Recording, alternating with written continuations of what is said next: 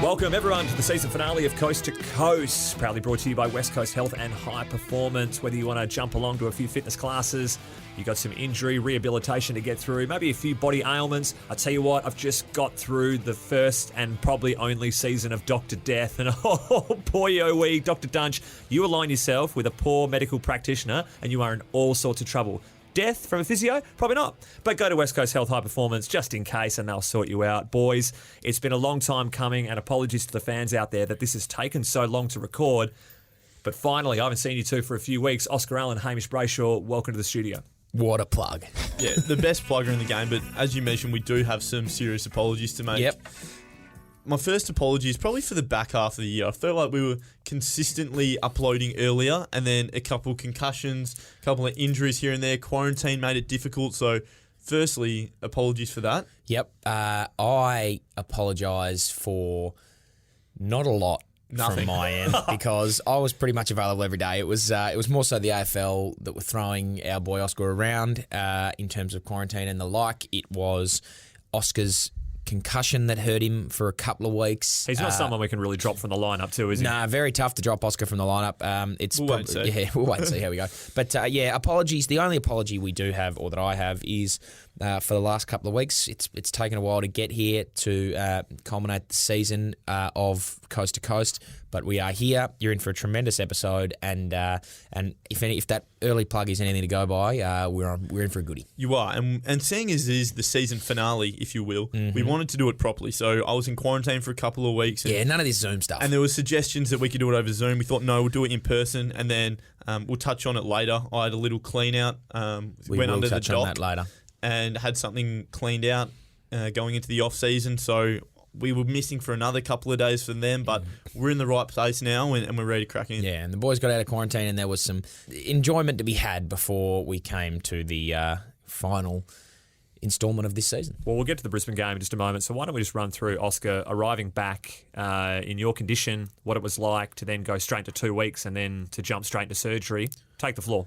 Yep, so there was actually discussions going into the last game as to, I remember there was a lot of discussions as to who was going to play, and I was pretty close to not playing that last game of the year, but eventually got up. You just do scissor, paper, rock with Gov, and it was whoever wins? Yeah, and he won, so I had to go. Is that so that you could have gone into surgery straight away? Yeah, so the discussion was having surgery straight away without the quarantine period, because we couldn't have surgery whilst we were in quarantine, but it was also, I was pretty sore, and it was, is he going to get the best out of it playing anyway? You've been sore since round 2. Yeah. Is that a fact, Oscar? How long do you feel like you haven't been playing at 100% body-wise for the year? Oh, I'm not going to make excuses. I think everyone's pretty similar, but if I was to pick a number, it'd be when I hurt my elbow, which was in round 7. Did you hyperextend it the other way or something, did you? I cracked a bone in it, yeah, so I've been playing with broken elbow for most of the year. When you started strapping up the shoulder, the elbow, and the knee, that's when I was like, gee whiz. Yeah, so there has been a lot of ailments throughout the year, and ask any AFL player, there'll be a number of players on the list in any particular year that have that. I was just hitting with the unfortunate spoon, but thankfully enough, I didn't actually miss too many games. I only missed one through concussion, and then obviously the last game of the year against Brizzy, I was knocked out then as well, which was awesome. But yeah, so I actually haven't been too bad. But touching on, got home, quarantined for 2 weeks, got out, had 2 or 3 days with the fellas just to enjoy each other's company, and then went in for surgery and had a little clean out. So the second concussion in the one season, had you had a concussion prior? I can't remember our discussions before, but 2 in 1 year. Was there any kind of panic, or it was the severity and the recovery was good, so it's not really many worries? Yeah, the second concussion wasn't really too serious compared to the first one. The first one knocked me around quite a bit, but the second concussion was I didn't have any symptoms post, and I was staying at home for 2 weeks, so there was no distractions of going outside, seeing people, going and training, or do I really have to push to get up for next week? So I was able to take 2 weeks basically off from society and just chill out, which was great. Your 12-day mandatory leave. Yeah, my 12-day mandatory leave, which is awesome. Yeah. So fractured elbow, are you just in situations where you're rolling around in bed or just bump it on a table corner and then it's just lights out pain? Well, unfortunately, the media got a hold of it, and I had that bionic arm cast. Yeah. And I was wearing that had to wear that full time for 7 weeks. So that was pretty frustrating. Including sleeping in that? Yeah, most importantly sleeping, because sleeping was the position where And Yeah. I sleep on the left-hand side of my bed, so it was knocking my partner So it's Lorna in the back. Did you not swap? We are very serious about I'm Yeah, left side of the fair bed, enough, she's fair right, enough. so nothing must get I in the way. actually am the same. I'm left You- side. yeah. Yep. Respect it. Respect. Thumb, what side are you? I am on the left. Well, if you're facing the bed, The left side of the dog's bed? If you are facing the bed, I am the right side. Yeah, so you're so on the of left, course. like You're on the me. left side. Yeah, that's right. Your left arm is hanging off the edge. That's of the bed. one. Correct. Yeah, and you don't mess with it. You're on the money. Yeah. Correct. Let's talk season recap, Oscar. So, have you had a bit of a chance to kind of mull it over inside the noggin, or yarn with mates about, what that season kind of all encompassed? If it was a bit of a perfect storm of poor form injuries, the positivities of finding a couple of gems within the squad to further develop and get games into. It's kind of the few sentence summary that you now got with a bit of time off and some meds under your belt. A really big mixed bag. Obviously, our top end was terrific and our bottom end was atrocious, without mincing my words too much. And I think it was good to be able to sit back and not be a part of finals footy in a way. So the silver lining I have, and I try and take silver linings from the season or poor performances or whatever it may be, and the silver lining was at least we can't disillusion ourselves that we're still, we're a finals team or we won one final and we're right in the hunt. We can accept that we're probably a little bit off the ball with the top 4 to 6 teams in the competition, and now we've got to decide what we need to do to improve ourselves, which is what was the exciting part. We've got a lot of young players coming up through the list, and you look at the people like Tom Cole took an unbelievable step. This is filmed before our best and fairest, but I've got a little side bet that he'll finish in the top 5 in the best and fairest. I thought he had a great year. Jackson Nelson really came to fruition later in the year. Alex Witherden coming in the club. Josh Rotham, Harry Edwards. Where there's a lot of good young players that improved this year. Hammer, we're the only club to have played finals every year since 2014. No club had accomplished that up till 2020, so a remarkable record what this club has been through, and now they miss out. What are your overall feelings of the 2021 now that it's dead and buried? Looking at it I probably copped this as much as the fans have, but being a WAFL player and our WAFL captain, we copped the brunt of the injuries. So AFL guys get hurt, WAFL guys have to go up. So we probably were in the same boat as the AFL team where we had some shocking performances, and then when everyone was fit and healthy, we're a good side again, and all of a sudden we beat Subiaco. So the West Coast best with a fully fit list is, I think, still premiership contending level of football. But the way I saw the season play out was we weren't where we wanted to be early. Players were getting injured. The competition was so hot up top. I don't know if you felt this, Oz, but we were just that little step off. And so when our good players were injured, we almost took a week or 2 weeks that they should have been in the WAFL and getting their form. Yep. They just came back because we needed them. Like Elliot Yeo, I think he probably, in a perfect world, would have played 2 or 3 games in the WAFL to get himself ready. Yep. Came back early because we needed him. He's a very good player. And Same with Luke Shuey. That's Came same off with a Luke Shuey. 12-week injury and played one WAFL game straight in. So it was that cycle of we're not up to our best level of football. We've got these guys that are coming back and they technically can play, so we need to play them, as opposed to in a perfect world, we're playing well. If guys are coming back off injury, you give them those 2-3 weeks of WAFL football or that state league stuff to get them ready. And I don't think we had the luxury of that this year, which sort of saw us. I think we finished in a pretty, in a spot that summed up where we're at, that 9-10 sort of position. Yeah, and I think this weekend of footy, to get really footy nerd on you, this will be a great example of 2 opposing sides of football right now that are being played. One team that presses the game. There's a lot of pressure on the ball and there's a lot of numbers around the ball at all times, compared to a Melbourne, which is more embrace a contest, but they've always got structure behind the play. So it's almost a perfect storm for the 2, probably the most opposing sides of football being played, going head to head. And the funny thing with AFL is whoever wins, everyone copies the way they play. Yeah. So depending on who wins, that's probably the game style that we'll look to adapt next year, I think. Next year, correct. I mean, they are such 2 different teams, but I'm looking forward to this week. I think be a great game. It should be a tremendous game. And we will go back to us, but the Bulldogs, haven't they? Like, there were 3 weeks of the year where they were bad, but people forget that they were I think Melbourne were the best team for this year and have made it to the grand final. Bulldogs, I think, were the second best team all year, except for the 3 weeks. It's interesting because you have a bias when you play teams, so you play them, and depending on how it goes, you think they're. So we Melbourne kill us for 3 quarters. We come out and have a 15-minute stretch where untouchable, and I was like, Melbourne are good, but they're not the best team. Yeah. Bulldogs, we almost beat them in round 2. Yeah. We should have beat them in round 2. And then we play them later in the year, and we played really, really poorly and lost by 40 or 50 points. Yeah. Whereas we played Sydney and Geelong, so my picks for the grand final was Sydney versus Geelong, because I was like, well, they're the best teams, because they smashed us.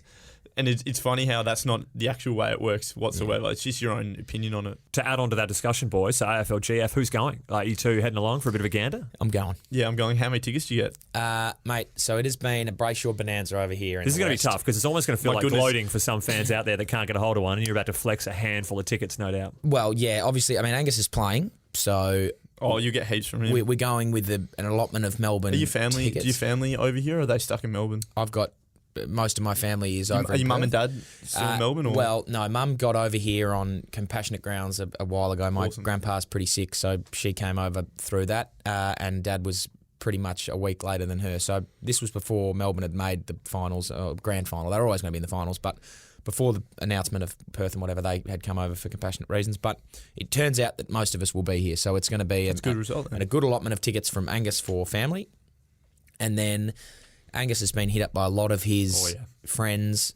No, has been given a lot of AFLPA tickets from players. You get one for 1 to 5 year players, and then you get 2 if you've played you've been in the system for a certain amount of years. I thought they might have slashed those off the back of going from 100 to 60. They have. I think they might have pushed that bracket out to maybe if you've played in this, if you've been in the system for 7 or 8 years or something, you get 2. So it used to be everyone got 2. And then it went to 1 to 4. Get 1. To 1 to 4 can potentially get 1 depending on how much demand there is. It's recent, isn't it? Like a couple of years maybe? Yeah, really recent. I've just had to highlight and flag an email because as I've started talking about this, I remembered I have not confirmed my AFL plays, and I've got 6 hours to do it. Otherwise, I'm not going the game. Awesome. So I think the way that works is from my memory of when we made the flag, it was when you sign up for an AFLPA, it's like if your team makes the grand final, you get up how many? 6, up to 6. Up to 6, and if you're playing, you get up to 10 or something like that. So Angus has got all those for him. But a lot of his friends, Carl Amon messaged him the other day from Port Adelaide saying, "Hey mate, I'm not going to be there. I'm going to give you my 2 tickets if you want to give me your family." He texts back and say, "Well, you should have played better last week, mate." No, that would have been pretty savage. But he's had a lot of friends who have messaged him saying, "Mate, I don't need these tickets. You can have mine. Give them to your family." So we've got quite a few, and so we've got Melbourne members that have given us their tickets and Bulldogs members. That's awesome. The same. So we've got our family, West Australian family. We'll be there. So seeing as though you're both going, are you thrilled it's night instead of day? I mean, I don't really mind. I don't think it is too much different. I think the main allure of the Optus Stadium is the light show for mine, and that's the main difference between it and the MCG. So putting it on at night, I mean, the Dreamtime game at night, the light show there, I don't know if you went to the Dream, it was phenomenal. Like, seriously awesome. And I think that's what separates, or that's what they want to put on show, hence the night. Yeah, I've got this traditionalist over here just giving a few eyebrows raised. I'm a honest meh for me. I'd honestly prefer it to be the 2:10 bounce down. Well, what about half the crowd being like, I can't see the sunset? Yeah, I don't really care. To be honest, I couldn't care. I just prefer daytime footy, and as a player as well. I think it's rare. I think a lot of guys prefer nighttime. I love playing daytime footy.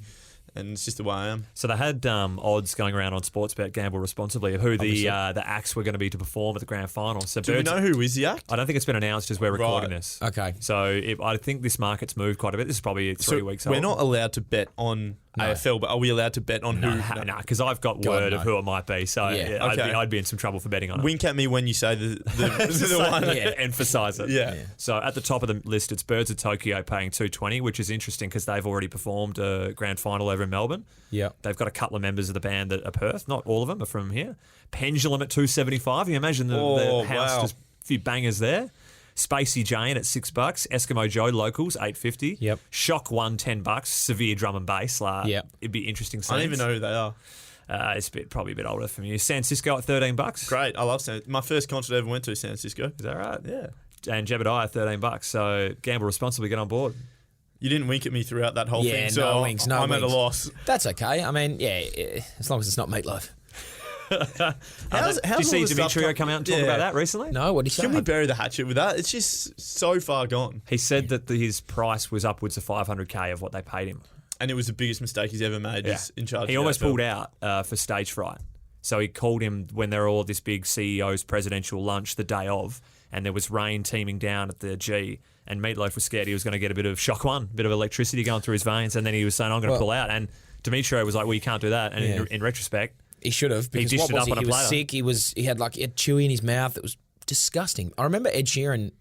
He performed. Was it a couple of years later or the next year? He did the grand final. Ed Sheeran did the AFL grand I final. don't remember that. Ed Sheeran did the AFL grand final. No. Absolutely, he did the AFL grand final. Are you sure it wasn't some ranger that looked like Ed? No, Ed Sheeran did the AFL grand final because I remember he got the crowd to do Sing. You know that song? Sing it for us. The crowd gets in. I can't remember. I don't know the lyrics, but it's like, whoa, whoa, whoa, sing. Yeah, whoa. yeah, Anyway, he got the crowd to do that bit. But he said in this pre-game, and the thing that he was doing, he was talking to someone and he said, the guy, I think it might have been Carl Stefanovic, said, "Mate, just make sure you're not a Meatloaf." He's like, "Oh, what did Meatloaf do?" And he said it was the worst grand final performance ever. He's like, "Oh, can't be that bad. Any publicity's good publicity." And he's like, "No, mate, this is bad." He's like, "Oh, you guys are still talking about it." "Nah, mate, this was bad." 2014 did a medley with Tom Jones and was out there for a bit, so he's nailed it. There you go. Thank you. Mate, that's bizarre because I feel like the AFL, and I'm bagging the AFL hard here, but they never get the AFL entertainment right. Except for up there, Gazali, and when they had Jimmy Barnes at the 2018 one. Flame Trees went bananas. Jimmy Barnes is good, but I feel like compared to the NRL grand final, they nail their entertainment compared to the AFL. Yeah, and so does the NFL halftime show. There was wow. There was a price range would be a fair bit different. There was a conversation being had around either 92 or the 94 grand final, and like maybe the Seekers were playing. Yeah. And a lot of the boys in the team were massive Seeker fans, and I think some of them even missed like pre-game meetings and addresses because they wanted to sneak out and have a gander. Did ACDC ever do a halftime AFL grand final? Not that I can remember. See, that would have been like awesome. That would have been a phenomenal band to have done it. Like a real Black Eyed hardcore- Peas were also 2018 at our grand final. Yeah, they were at halftime. We met them Yeah, after. did Do you remember this story? Oh yeah, actually, yeah. And that photo of Taria with. Have I ever told this story about how we met the Black Eyed Peas? Not at all. This was awesome. So it's at the AFL after party, and they booked two bars. I'm not going to say what bars they are, but they're in Melbourne. One's for the winners and one's for the losers. And the winners go here, and the losers go there. Really? Yeah. And they give you the code to say when you're at the door. Did that happen with us? It did happen with us, yeah. Right. So they give you the code to say at the door, say blah, blah, blah, blah, and they'll take you upstairs and yada, yada, yada. And they've just been worded up. Anyone in Eagles jumpers or suits, whatever, they do whatever they want for the night for free. So we've gone upstairs and you look around, there's heaps of AFL players there, like loads. Yeah. And yada, yada, yada. And it was our first year and I was pretty inebriated. Yep. And I've walked downstairs and there's these big African-American security guards, like 4 or 5 of them, in this roped off area, and I'm just stumbling around and end up just stumbling past the lanyard and sitting on a couch, and I'm just chilling on a couch, and there's just all these bowls of Grey Goose on the table. Awesome. And we're just chilling there, and I haven't even looked at who I'm sitting with. Yeah. I think I'm on my own, and the boys are like looking at me like, what are you doing there? Yeah. Anyway, because they're upstairs looking down, Yep. and I turned aside and beside Will I Am. Yeah. Wow. Awesome. And I wanted to be cool, so I was Yeah. just talking with him Sup, like, bro? yeah, how you going, man? You're really good today. He's like, oh, thanks, appreciate it. And didn't ask him for a photo because he'd be fanboy of me to ask him for a photo, Awesome. which was a smart move. Because me and him are good personal friends and a listener of the podcast. Have you also heard? And Are you telling the Taria Barrack one? No, the Black Eyed Peas went to the other after party. They went to Collingwood's. Did they go to after the party. wrong one first? They went to Collingwood's, and I've heard from, I can't remember who my source is, but a reliable intel. They were in there and they were like, oh, congrats on the premiership, boys. And they were like, actually, no. And they said, nah, we actually lost. And I think Will.i.am said, oh, all right, let's bounce. We don't party with losers. And went to the West Coast after party. If true, that's unreal. Unreal. Anyway, close personal friends of the podcast. Yeah. Okay, we went a bit off track. Who for the would you? rundown. I'm continuing on that. I love it though. Let's go. This is really the musical finale. musical themed. If you had one at Optus with all the lights, one AFL act, one AFL Grand Final halftime act, who would you pick? What would you? If you just thought this would bring the house down, who would you have? That's such if you a could tough have question. anyone.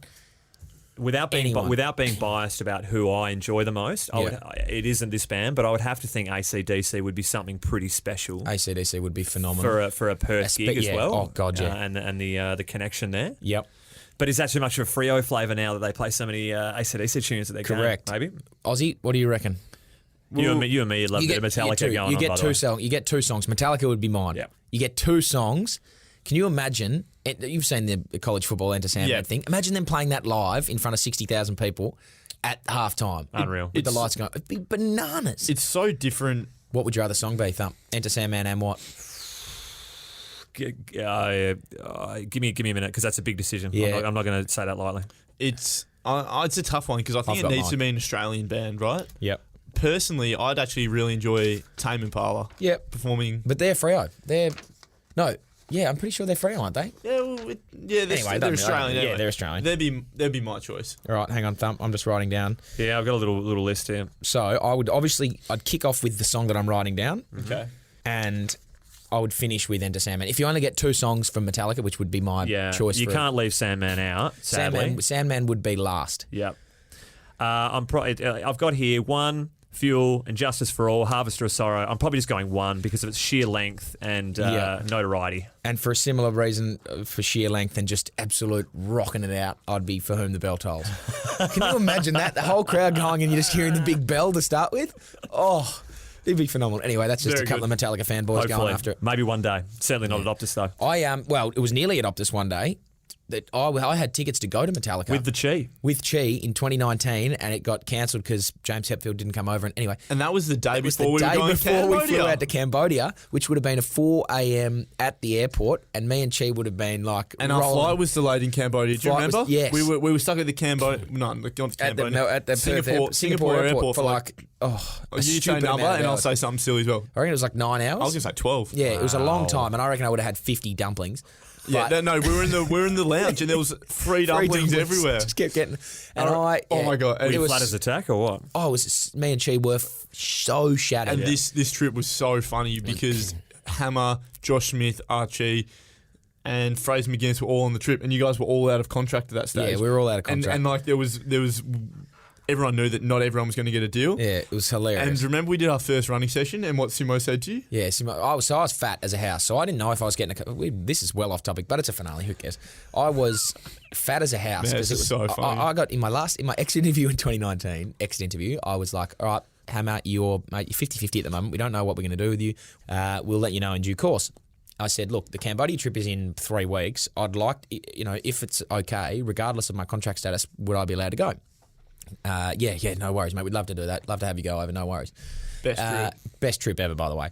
It's a good one. I've done it. Very good. Anyway, I had no idea, and I went over to Cambodia, still in limbo, but for the month and a half previous, I was under the illusion that I was either had a contract or not. And so I was like, look, if I don't have a contract, I would like to have looked back on this saying I really enjoyed my off-season. So that included beers and whatever I really wanted to eat. And for anyone who has seen me, I'm a big-boned human being, and it takes me just to look at something yummy and I'll put on weight. I can blow out quite easily. Yeah. Anyway, I had blown out, and it speaks to the fact that I would have had 50 dumplings at the Singapore airport, but just made I was not at all concerned about where I was at. My running program didn't start for another 2 weeks Until or something. we were there. It was the first run. The when first we were in run. Anyway, Cambodia. so I was like, you know what, I'm fine here. And at the time I was 20, so I was still naive to the fact of what it was like to work. Anyway, so I'm fat. Let's call it. I play at 90 kilos. At that point, I was probably 97. Anyway, we're doing this running session, and I'm like, it's hot, it's humid, it's sweaty, and I was like, this can't be the reason that I'm struggling so much. I'm wheezing, like I'm nearly vomiting. And it's like 98% humidity, 35 degrees. We're only doing 100-metre efforts, and I'm like, I am about to die. Anyway, Simo afterwards was like, the next morning we were getting a coffee, and he's like, are you going over to America this off-season, Hammer, to do a running? I did a running program in America the year before, and I came back pretty fit. He's like, you going over to America to do the running program? I was like, I actually don't know, mate. Like, I don't know if I've got a contract, so I'm not going to commit to that yet. And he's like, I think you probably should. And I was like, yep, sweet, no worries. So in the same vein of him saying, we're going to give you another year, which ended up being the case, he's like, yeah, you're fat and you need to get fit. so one of our strength coaches, Geordie Stairs, of course. So I wasn't doing the running program. I just had a knee clean out, and they're running facing the other way. And he was like, Geordie Stairs moving well. And I turned around, Joy's on the other side there. I was like, yeah, mate, that's Hammer, mate. And he's like, oh, right. Yeah. Anyway, so, and then Did you not think that maybe you were auditioning to get the contract in That's that not running how session? footy brains work. and that's not how footy brains work. Just checking. And checking. at the same time, I was like, it's my off season. I'm allowed to be I'm not. Yeah, that was- Simo wasn't. Actually No one else is doing running Nah, so- programs at the time. So that was Correct. the theme of the off season. Like, if they'd tell us to do something, we were like, no, it's our off season. You can't do that. Yep. So that's how it kind of and went. Anyway, it was funny that next day when we went out to build these houses. Did you build the houses in Cambodia? I filmed them. Yeah, so basically Oh, for the listeners at home, what happens is you build these houses on stilts so that if the floods come in, it's like a Queenslander style house, but it's basically 4 pillars flat floorboards on the top. You build around. You put these corrugated iron sheets, and they will do the roof. So you only need to worry about the corrugated iron sheets going around and nailing the wooden floorboards down. Anyway, the way it works with the corrugated iron is you have to hang out the side of the house to sort of hammer the corners in, and it's like a 2x4 bloody plywood or whatever the hell it is in the middle. Anyway, Josh Smith was hanging out the side as a 78 kilo, whatever he is. Yeah, no worries, hammering him in fine. Anyway, Simo was on our build and walked around. He goes, I was hanging out the side. He's like, Hammer, don't think you should probably hang out there, mate. Don't want to break it for these blokes. Don't want to break it for the poor blokes. And it was quite a running joke of me being the fat kid for 3 or 4 days, which in hindsight I was, but. And then you got really fit. And got super fit, yeah, came home. I mean, I wouldn't recommend this to anyone who is trying to lose some weight, but came home and didn't eat for 4 days, did a 4-day fast, and then kicked off my diet for my off-season and lost about 9 kilos or something. Epic shred. It was awesome. Love it. Anyway, let's move on to football. Let's move back. Hey? Okay, we're back. So I'm going to pick it up from here because our last game against the Lions, we're not going to cover it extensively by any means, but that was one of the great sidetracks, by the way. For plenty of time, too. That's such an audible. Gee whiz. Sorry. It's a great bonus material for fans. We're throwing a Hail Mary? No, we're kneeling.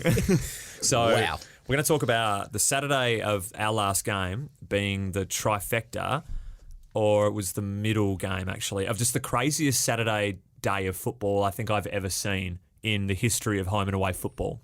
So during the day, you had the Tigers-Hawthorn game that was swaying to and fro. That was a draw, hey? The last goal by Jack Rewalt with under 20 seconds to go or something like that. And then Sean Burgoyne kicking that one off the ground and getting touched. You're making me remember it all. No, he was the one trying to dive and touch it. Yeah, he went to That's try the one. and Jack Rewalt said to him after, I wish you touched it. Yeah. It was his last game. So then you've gone from that game into ours where Brisbane have scored a point on the live ladder with, I know they kicked a goal on the final siren to make it then some, but they honestly squeezed home a point with under a minute remaining to catapult them in the top 4. Yeah. Which was unbelievable. What's the stat here? They moved in and out of the top 4, the Lions, 9 times during that game. Gee whiz. So it was on a knife's edge for them. So then you've gone from that into the third game, which was Melbourne and Geelong, to decide who was going to have home field advantage for the top 4. And how's this for a stat in that game when Max Gawn kicked through the winner post-siren? So Hawkins has been involved in 12 games, which have been decided after the siren, and Joel Selwood 11. Gee whiz. An enormous total for Geelong games. Hawkins has kicked one of those goals after the siren against Hawthorn. That was the best game. 55 metres or something. That's up there for the best game in the history of football when Tommy Hawkins kicks that goal. I was there. I was there watching. No way. Yeah, it was awesome. Mate, that look on his face is like, what made me fall in love with footy watching his amazement. Good. So Gawney putting through that match winner. He was the first player to kick an after the siren goal to secure a minor premiership since Sticks Kernahan in 87. That's such an ESPN stat, that is. What a on a Wednesday in the rain. What a month and a half Gawney's had. He has had a super month of football. 3 votes last week. The game he played last week was up there for the best games I've seen in a long... Yeah, one of the best games I've ever seen. And I mean, his trajectory is that he's looking to do something similar next week. He's now become, if they do win and he does become the best player on the biggest day, his... folklore will be forever written as the man who, after what happened to him in that 2018 prelim at Optus Stadium, to go back there 3 years later and do what he did, he's unbelievable. I think to have the career that he's had off of 2 knee recons is unreal as well. And he is due, apparently he's got a child on the way in a month's time, which could very easily be called Norm Gawn. Luke Shuey-like. Yeah, Luke Shuey-like. That's awesome. Norm Gawn. So we'll revert back to West Coast just for a second. So the final game against the Lions, while we were playing for a possible final spot, which never really eventuated, even if we'd have won, results would have meant that we would have been shut out from there. It was a game where you're missing the likes of these players. So no Gov, Duggan, Kelly, Kennedy, Redden, Hearn, Shepherd, throw Rioli in there who was a last-minute availability, and then all of a sudden the rug snatched underneath him. It was a game similar to the Carlton game where a lot of youngsters had to go over and take on a side. Like Brisbane were missing one player. They missed Harris Andrews, and I don't think they were missing too many other players barring Hipwood or Rayner that had season enders. Yep. And put in a real quality effort where, 5 minutes into the final quarter, when Cripper bagged 2, it looked there for the taking. Yeah, so I only have a recollection of the first half. The first contest in the third quarter, I got knocked out. Awesome. So I don't have any memory of it past then, but I remember from the first half, it was really, really competitive and thought we had the wood over them. And I genuinely had a lot of confidence that we were going to win the game. And I feel like when we have a really young side out, you go out there without expectation, so you can just play your free-flowing game of footy, and I thought it worked pretty well for us. I'm all honesty, I've never watched the highlights of the back end of the game or anything like that, so I just know that we lost, and yeah, but apart from that, it was good performance from the boys from what I can remember. I can't even remember when the game. It's a while ago. Yeah, it's genuinely 4 weeks ago. We were playing Peel, I think. We were down. No, in they Peel. were at the same time. We were down in Peel, and we got to watch the last 10 minutes or something, 10, 15 minutes. Yeah, Probably the worst part of the game to watch, really. So Well, they got a hold of them. Yeah, but in terms of the spectacle of the game, it was probably the best part because the live ladder was up on the thing. We were up, we were finished, we were watching, and so that was it. We lost to Peel, and then we went up and had a look there. So that was in a barnstormer against Peel too. They came back and smacked us by 2 points. It was an identical game to that Crows final Subiaco 2017, where it was just on a knife's edge of whether they were going to get there or not percentage-wise. So you tell this to the medical department at the start of the year. They're having absolute kittens. So we've got Shannon Hearn played 5. This is out of 22 games available. So Shannon Hearn played 15. Luke Shuey played 7. Nick Nat playing 22 is Unbelievable. out of this Incredible. world. Out of this world. Tim Kelly 19, but there are 2 big injuries in the middle of all that. Yo 12. Did he play 19 out of 22? Yeah, Yep. Did he? That can't be right. that's what it says here. Yeah, anyway, continue. Yeah.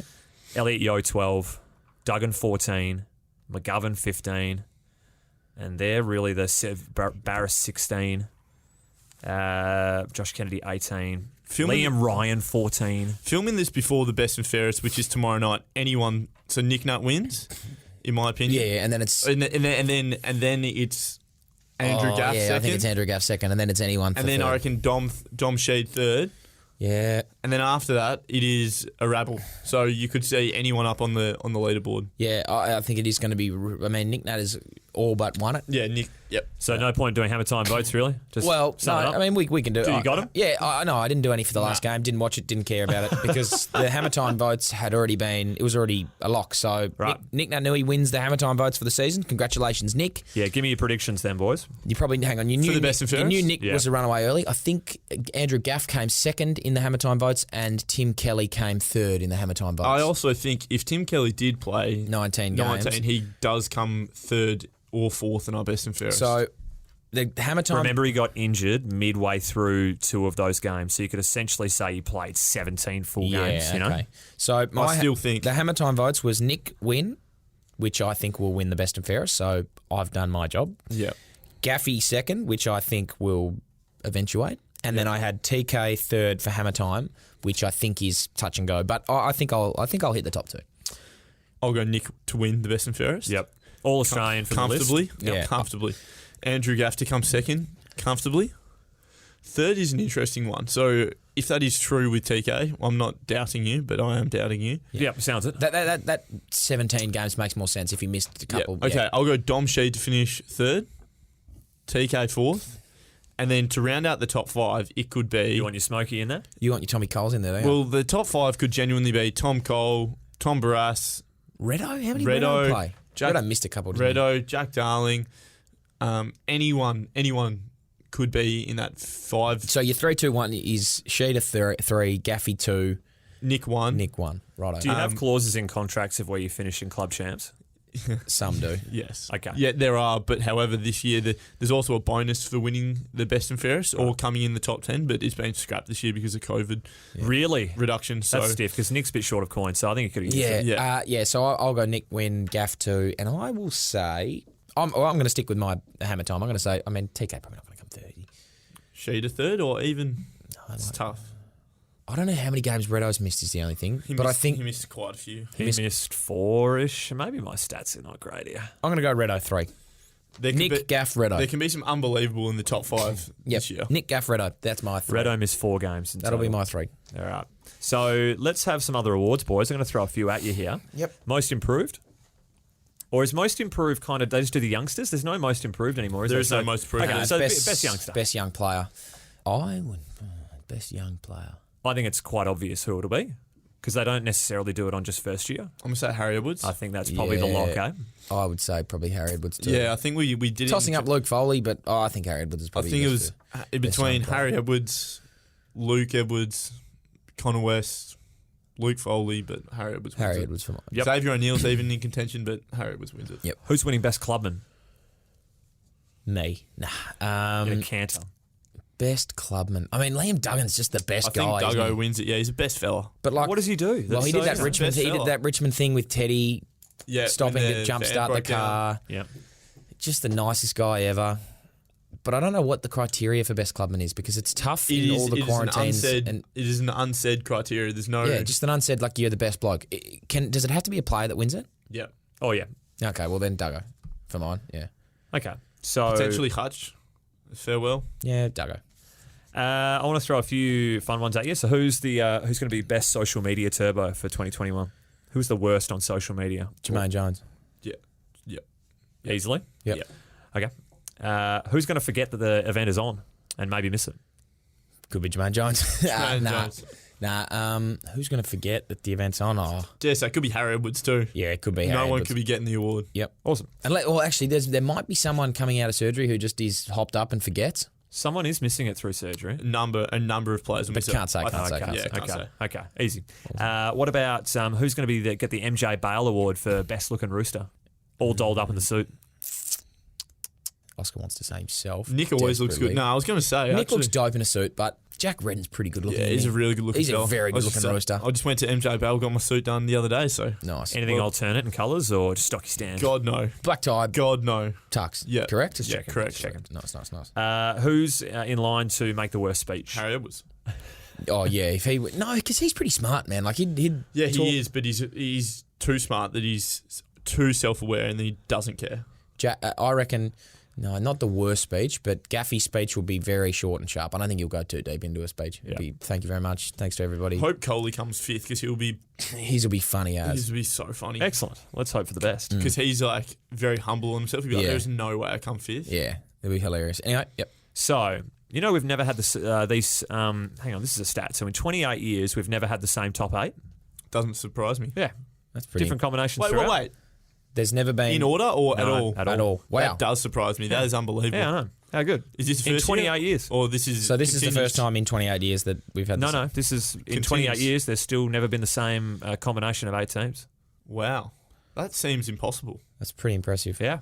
Well, you got to think the Bulldogs and Melbourne wouldn't have been up there too often. GWS It's true. doing a solid. All of those. Oh, yeah. All of those. Great solid. I think one of our biggest problems, boys, we've touched on the injuries, but a major concern that's fallen into my lap is the toss. Now, West Coast, We suck.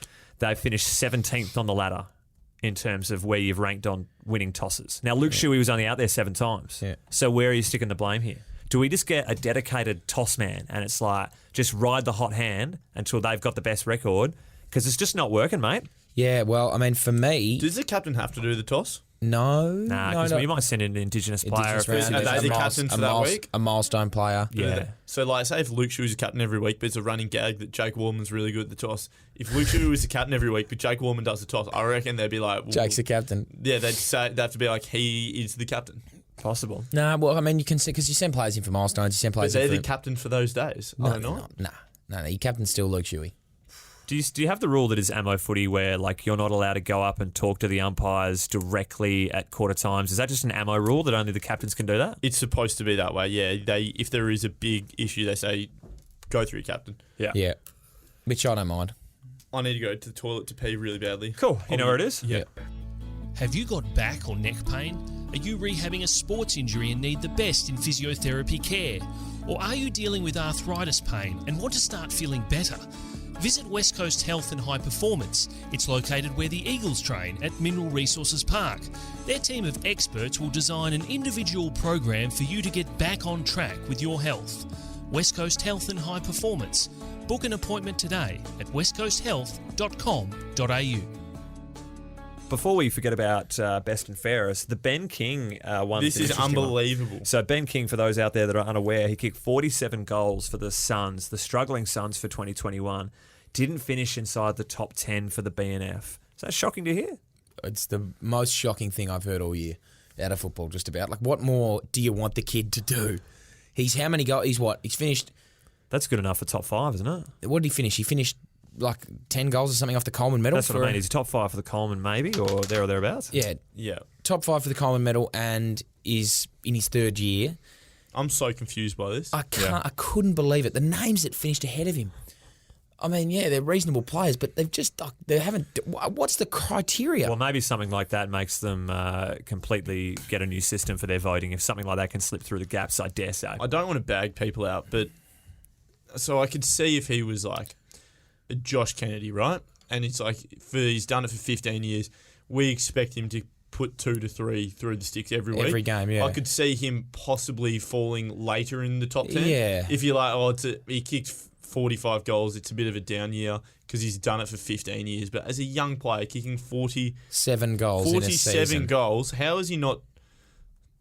He Surprising, should have come second in the best and fairest. Yeah. He should have easily come second, I think. Will Powell had a good year, to his credit. To his credit, he had a good year, but that is... Yeah, that's as good a year as you'll get from as a key forward. In a team that finished outside the 8. 35 inside 50s a week, you kidding me? Yeah, Yeah, good point. baffling. So, on the subject of goals, who kicked West Coast best goal in 2021? Who's winning the IGA goal of the year? Jack Petrocelli against St Kilda kicked that goal where he couple handballs and then banana on the right. Yeah, that was pretty dope. That's my favourite goal, yeah.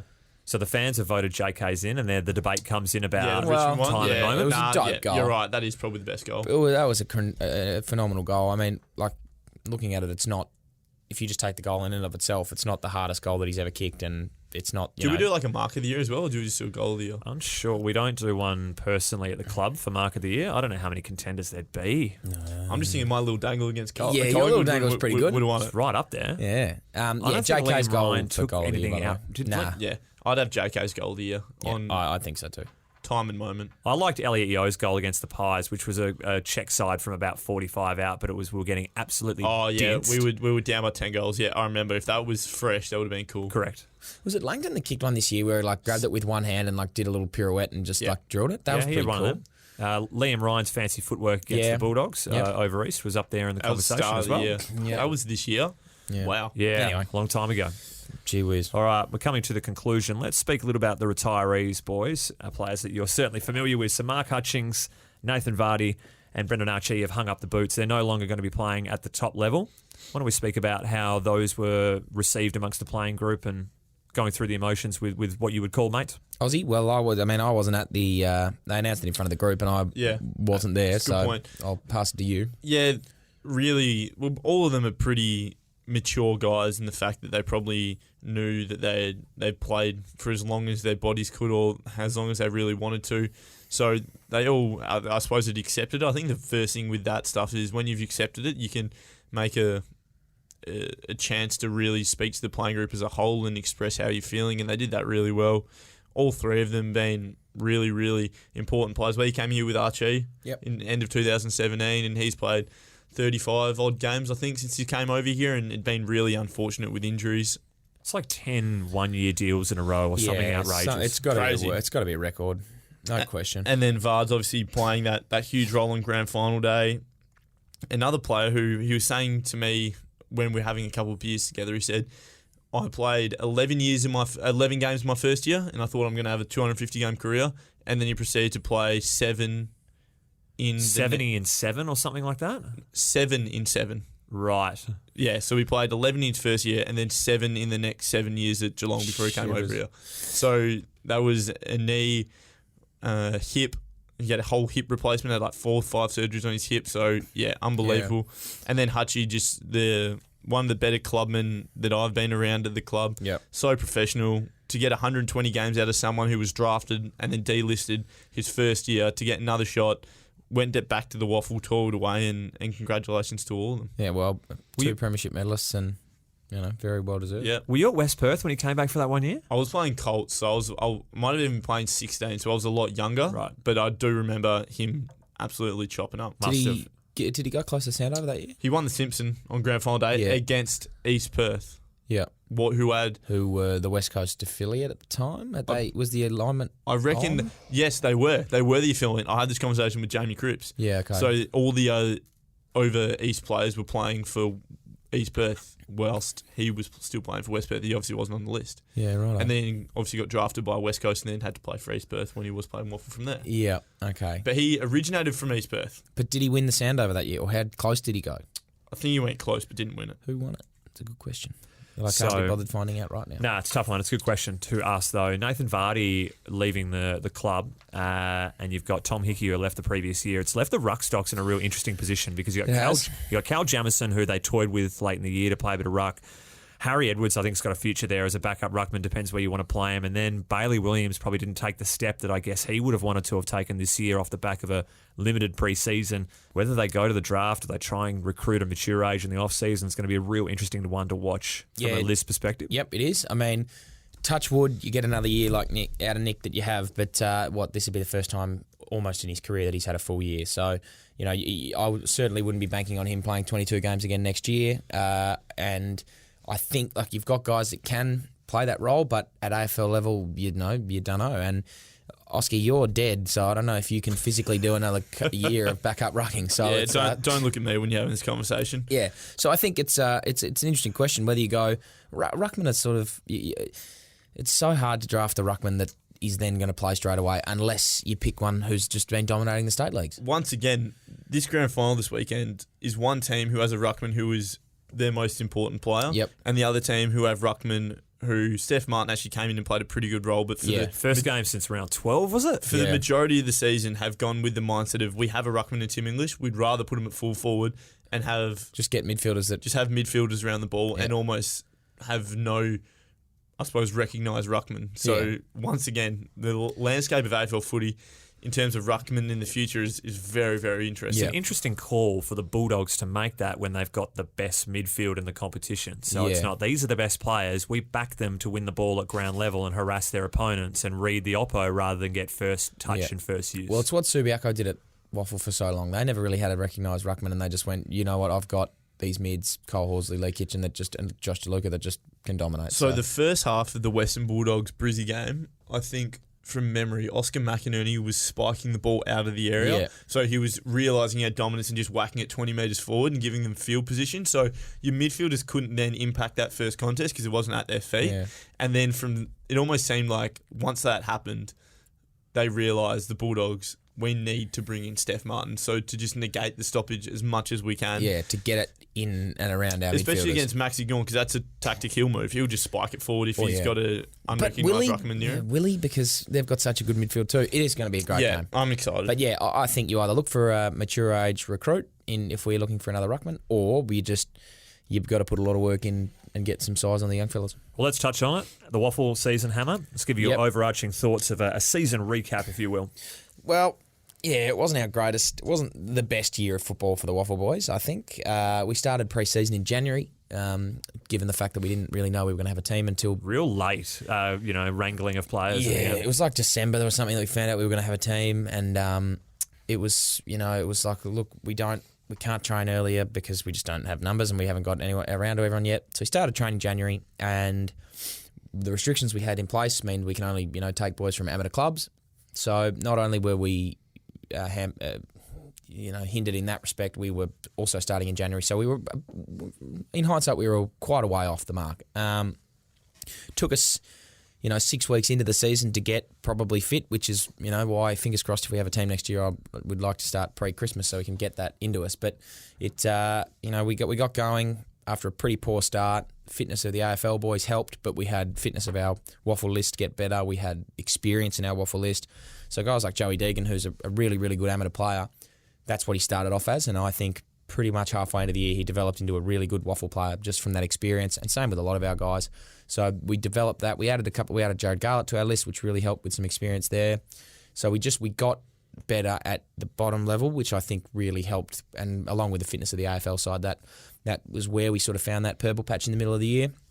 And then late in the year, AFL guys had to go, quarantine, that sort of stuff really hurt us. And that's no excuse, but it's the reality of it. I mean, we were playing games with 4 or 5 guys that were on an AFL list, and the rest of these guys were playing amateur footy last year. So it was a tough reality for us this season, and we had some games where we won really good contests and we win, and then we had some games where we didn't have a lot of numbers and we got pumped. But overall, I think it's, the mould is there to see that, if things are working, we can be a really competitive team. So I think overall it was a successful year, albeit we lost quite a few games. I think the Subi game will be remembered for all the right reasons. It was an unbelievable contest led by yourself and Shuey at the on the captaincy table. But I loved the last game that you played against the Bulldogs, who had they wasn't a dead rubber for them. They're playing for a home final.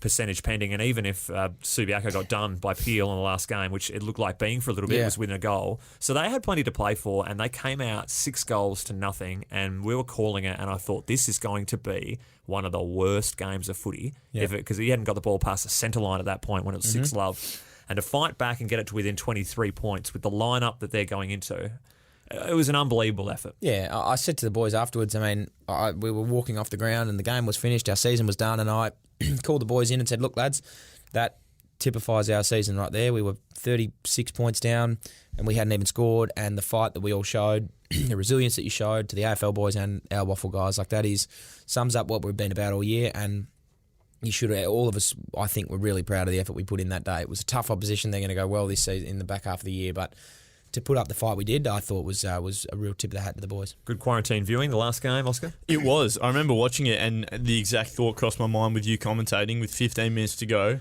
My first thought was, who's this bloke commentating? And the second thought was, Second thought was, we are going to get trounced here. But responded well, and I actually thought we were a sneaky so did I, bit mate. of it. Well, It was we were coming hard in that third quarter. Missed we were a few shots all too, over them in the third. But yeah, it was a good game. Who do you reckon? Quick one. Who do you reckon wins the WAFL flag? Subiaco. I can't see anyone beating them there. So they're with the full list, which they've got now, they're too good. So They've got a couple big ins too. Yeah. Who does Subi play? Is they play South? They play South this week. Yeah.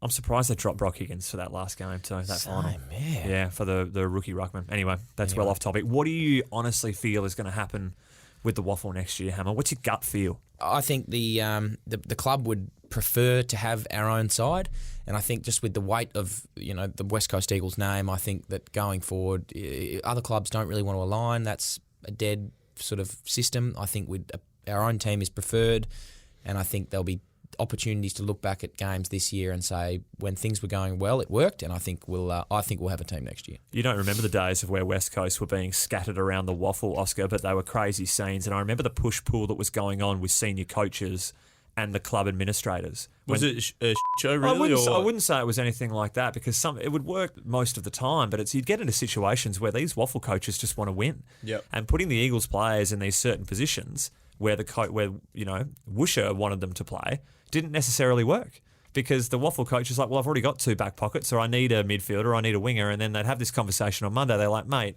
we need, I don't know, Tommy Swift playing in the guts. He's like, well, mate, we don't. It was just it was a big push-pull of what they needed to win and what we needed for our development.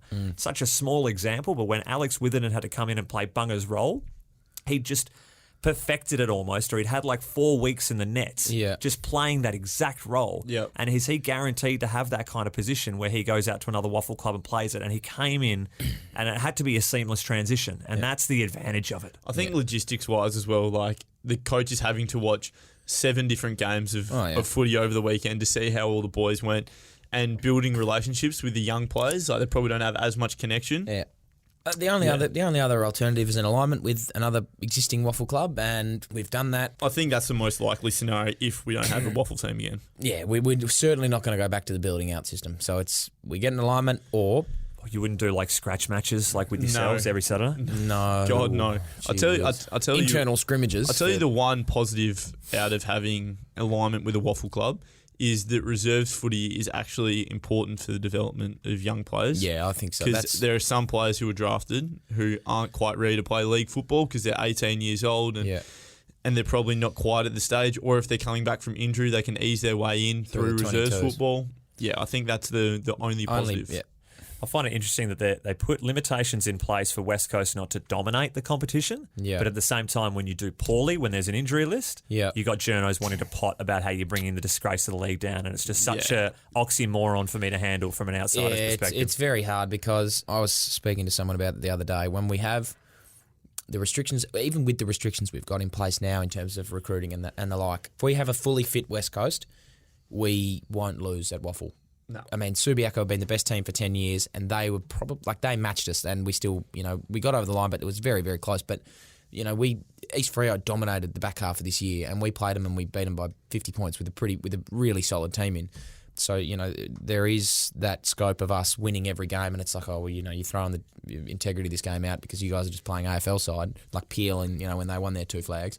But at the same time, it's like, well, we get injuries at AFL level, we get some good WAFL players get hurt. All of a sudden, like there were games where we had to go to some amateur clubs and go to other WAFL Colts clubs and say, hey, we don't have... It was a Saturday night. Oh, man, the East Fremantle game where you were meeting teammates the morning of the game. So we had 3 guys play with us that had 2 of them came to the captain's run on Friday. One of them had to get a COVID test and so he met him on the Saturday. The first time we played Peel, there was some really late injuries. Some guys got sick late. We didn't have enough players to play that game the night before. We almost needed to borrow players from the other side. It was like under 9 sort of stuff. A few mates out there. Yes, mate. Yes, mate. Yeah, mate. Yeah, anyway, so it was an up and down year like that. When things are going well, we're really good. When things were going poorly, we got touched up, but and people are pretty quick to focus on when we're going poorly. So I'd like them to sort of take a holistic view on us as a season and say, look, this is a benefit to the AFL system, which is then the benefit to the WAFL system. So I think we'll be fine. Here. A couple of coaching changes to Mark in case fans haven't really read up on it, but we've got Adrian Hickmott leaving and going and joining Sam Mitchell at the Hawks Nest, and Jamie Graham after a number of years, not only as player but as an assistant coach in a variety of different lines, he's taken off. I'm not sure where JJ's going, but he'll get a job somewhere. They're both terrific assistant coaches, and I've really enjoyed working with them. I've worked with both of them quite closely. Hick was a mentor when I first got to the club, and JJ was in charge of the forwards and is now in charge of the back. So I've had a lot to do with both of them. So is it safe to say from an outsider's perspective that they both have very different coaching styles? Yeah, well, I think polar opposites. Absolutely, they're both their own men, which I think is a strength. They own who they are. They're very, very true to themselves. Yeah. They are. So it's great. And it comes across in their coaching styles. And 2 very, very good human beings. Yes, and I'm excited to see the new coaches that are coming in. Yeah, so it's Schofield and, of course, Matty Knight. So what do you know about them? You met them? I'm actually used to be family friends with Scully as a kid. So growing up in Hillary's, his son and daughter the same age as my little sister, so same friend groups. When he was coaching Subi, interacted with him a little bit, so know him a little bit, so that'll be good to rekindle that friendship. Awesome. Liam Ryan put something up on his Instagram about having his old coach back, so he'll be loving it. So you'll be one out in the 450 JK high half foot? I highly doubt that. I really highly do. And you sent Matty Knights a really good welcome message the other night, didn't you? God. So the thanks, mate. Yeah, they sent through the coach's phone numbers, and I was like, I'll be a good fella and just send him a message, say hi. And I said something along the lines of, hi, Nicey, congratulations on and I was supposed to say new job, and I said, congratulations on the news job. Congrats on the news job, mate. Congrats on the Welcome news to job, Channel mate. 9. Welcome to the club. And he just never. Perfect. He just said, thanks, mate. Oh, and I was so funny. He probably thinks I'm the biggest idiot ever. Who's this guy? Welcome to the news job. So I'm going to be ignoring him all of next year. He's in my media department, you beauty. All right, awesome. Rounding it out. Off-season plans. What are you doing? Not a lot, mate. Get fixed, mate. That's your plan. Yeah, get fixed. Now I'll be in the gym, getting bigger. There's a lot personally I need to improve upon: strength, size, speed, all of the above. So strength, size, speed, endurance, kicking, all of the above, marking, everything. So you went out and did your annual off-season shop for just clothes you'll wear once or twice and then throw them in the bin. went and did my $500 Nike shop to just get active wear clothes that I'll wear once. Just pretend, sit them in your cupboard just to pretend you're about to go work out. I'll look good. Oh, Sean, big dog move. So yeah, I'll be going down south. You really can't do much, which is actually another silver lining. You'll be able to see a lot of the guys from the club. Yeah. If you need hands-on, see the club physio stuff, which will be good. The switch still works down there, mate. You'll be right. Yeah, correct. And for myself, I'm working, so I've still got a life. Yeah, no, sadly. Sadly. You haven't got the holiday that others do. No, that's okay. That's footy, though. Yeah, that's footy. Saw a great comment on social media from Lee Brecken saying, how long has Bernard Tomic been playing in the WAFL, referring to your face? Bernard Tomic. You got a few Bernard Tomic lookalikes in your time? No, I actually haven't, but just thank personality, you very much. Not looks? Yeah, Lee Brecken, thanks very much, I can't really mate. see it. No, I can't, to be perfectly I'll get the honest. pick. I'll get the pick. Yeah, his character's questionable, and I'd like to think that it's just looks, Lee, and not, I don't know if you ever met me in person, but I hope you're not drawing comparisons there. But anyway, not too bad. Let's get this photo up. Yeah, nah, I don't think that's Bernard Tomic. You see it? Yeah, it's not too bad. I can see it a little bit.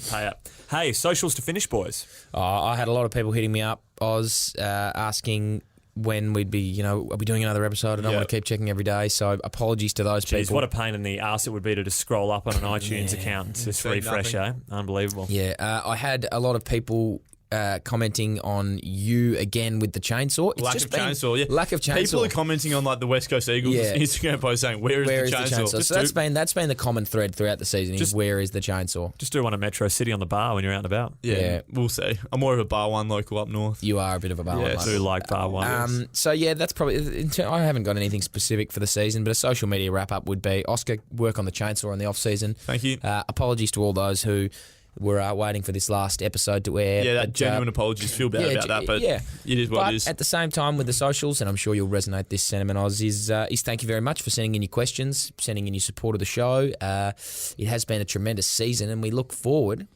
to hopefully continuing in the future. Fingers crossed. Change of staff throughout the year, but we'll wait and see what happens next year. Hopefully we can be the same crew. I do appreciate working with both of you. You never know. We had a mid-season swap, so anything's possible, and no one is safe. So all the best to the AFLW team that's going to embark on their season whenever they make that announcement. Good luck. Michael Pryor's taking the reign as senior coach, so Daniel Pratt having to step down. So Mickey Pryor, absolute belter. Oh yeah, he's a good fella. He's a good fella. West Perth family like yourself, Oz, Mickey. His son Jackson Pryor played for Brizzy against us in that game at the end of the year. Yep. Good West Perth family. Nick could have killed him. Could have, would have, almost did. Yeah. Well, we'll have an AFLW podcast. The Inside Swoop, one of the greatest names of all time. That is a good. I don't mind that. Yeah. Sweeping season. It's sweeping season. I'll probably be on there at some point, but I'll get you on there too, Ozzy. Yeah. No doubt. So that's it, courtesy of West Coast Health and High Performance, who have been with us all year. Come in and see them. You can have a tour of the place. westcoasthealth.com.au is the website. Boys, have a cracker. Stay safe. And we'll see you in 2022. I'll probably see you tomorrow night, Oz. Yeah, we will. Thank you, everyone, for the support this year. Loved it. Well done. See ya.